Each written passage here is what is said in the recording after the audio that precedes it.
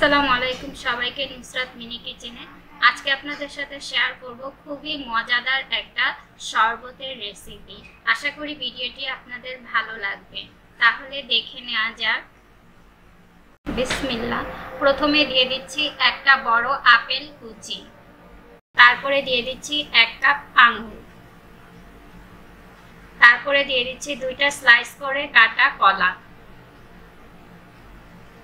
তারপরে দিয়ে দিচ্ছি 2 কাপ তরমুজ, তারপরে দিয়ে দিচ্ছি 4-5টা খেজুর, তারপরে দিয়ে দিচ্ছি 1 কাপ মিষ্টি দই,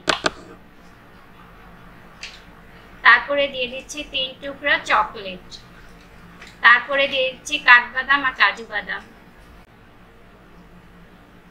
তারপরে দিয়ে দিচ্ছি 1 কাপ গুঁড়া দুধ,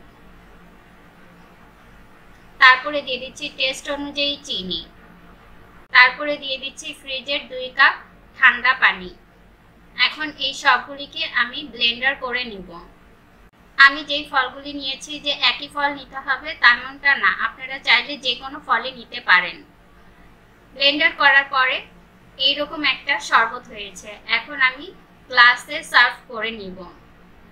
এই গরমে প্রতিটা ফলের মিশ্রণে যদি একটা শরবত করে খাওয়া যায় তাহলে মন প্রাণ কলিজা দুটোই ঠান্ডা হয়ে যাবে। প্রতিটা ফল আমি আগে থেকেই কেটে নিয়েছিলাম।